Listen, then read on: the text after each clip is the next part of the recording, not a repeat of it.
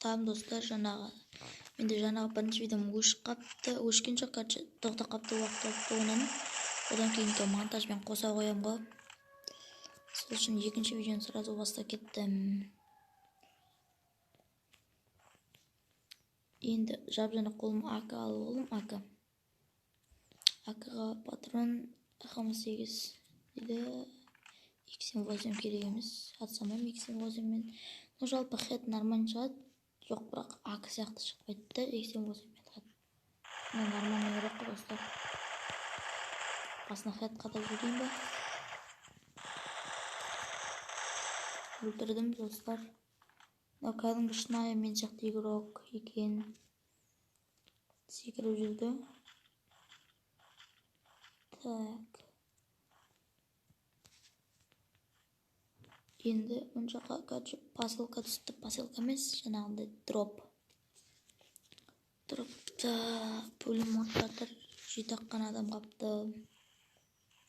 Мен қазір Римнан Вилладжда жатырмын, Вилладжда.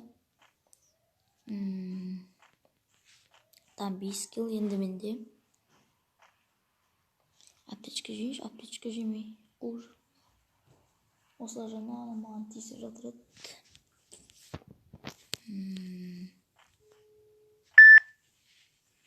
Сообщение келіп отыр мынадан, видео түсіретінен. Енді мен қазір зонадамын, зонамен ойнауға тырысамын енді. Зонамен ойнамасам білмеймін, ал өліп қалатын шығармын.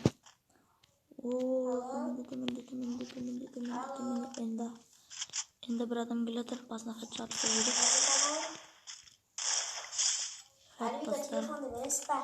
Хедшот. Қарап отырыңыздар, мен ешқандай да читпен ойнамаймын. Әшейін бір зат білмеймін. Зат екенін. Ал мынау болса, жаңа видео түсіріп отқан. О, мен зонадамын достар.